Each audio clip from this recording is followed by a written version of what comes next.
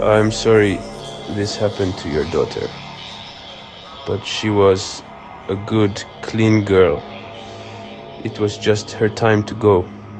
Those words, written in a shaky hand on a piece of paper, weren't a confession at all. They were a challenge. A cold and calculated message sent straight to a local television station. The person behind the letter claimed responsibility for a brutal murder that had left the quiet community of Wichita, Kansas, completely stunned. This wasn't just any killer trying to slip away into the shadows. This was someone who wanted attention, someone who craved the spotlight and believed they were smarter than anyone who might try to catch them. This letter was only the beginning, the opening move in a twisted game of cat and mouse, an unseen monster versus dedicated investigators. The killer didn't just admit to the crime, they seemed to revel in it. Every word was a deliberate jab, a taunt meant to instill fear and show superiority. Wichita was about to learn the killer's chosen name, BTK, bind, torture, kill. It stopped being random, it became personal. The killer reached out from darkness to boast. He set the rules for his terrifying game. The entire city became his unwilling audience, all pawns on his board. He was in control, or so he thought. That brazen letter set the stage for decades of fear and a relentless hunt. And in the end, it contained the seeds of his destruction. Before the letters, before the name BTK became a symbol of terror, there was just the crime itself. In January of 1974, Joseph, Julie, Josephine, and Joseph Jr. were found murdered in their home. It was a scene of unimaginable horror, one that left even the most seasoned police officers completely shaken. Wichita, a quiet, family-oriented city in the heart of America, was suddenly confronted with a kind of savagery it had never known before. The first investigation was a frantic search for answers in a sea of confusion and grief. Robbery seemed unlikely, since valuables were left behind. The community held its breath, locking their doors, looking at neighbors with a new sense of suspicion and fear. As days, weeks, and months passed, the fear didn't go away. It just festered. It was into this atmosphere of fear and frustration that the first letter arrived, hidden inside a book at the Wichita Public Library. The killer wasn't gone. He had been watching, waiting. He wanted to take credit. The name he chose for himself, BTK, was in a way a brand. It was a stark, terrifying summary of his methods: bind, torture, kill. This act of self-naming was a pure expression of ego. He wasn't content to be an unknown assailant. He wanted to be a character in the story, the main character. This was the moment when the investigation shifted from a murder hunt to a psychological battle. Each communication was a carefully crafted performance. He sent letters to newspapers, he sent letters to television stations, sometimes including poems, sometimes including crude drawings. He even left packages containing evidence from his crimes. He would go quiet for years at a time, letting a false sense of security settle over Wichita, only to resurface with another chilling letter. They knew that somewhere inside his arrogant messages, there had to be a mistake. A narcissist of his magnitude would eventually overplay his hand. They just had to be patient. After more than 2 decades of deafening silence, just as the BTK case was solidifying into a dark piece of Wichita folklore, something incredible happened.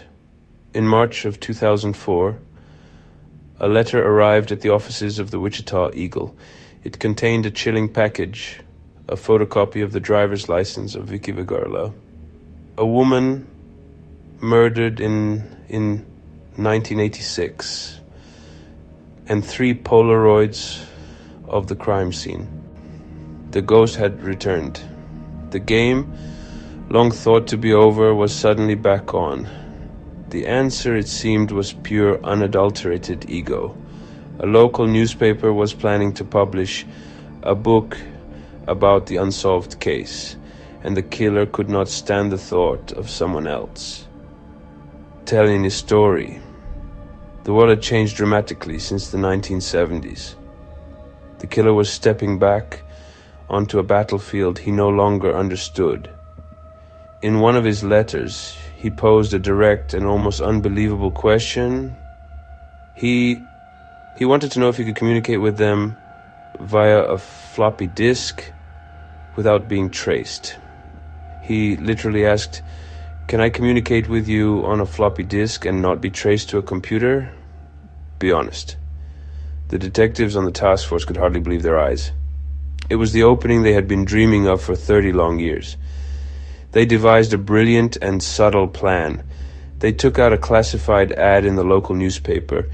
It read simply, "Rex, it will be okay." They were telling him that using a floppy disk was safe.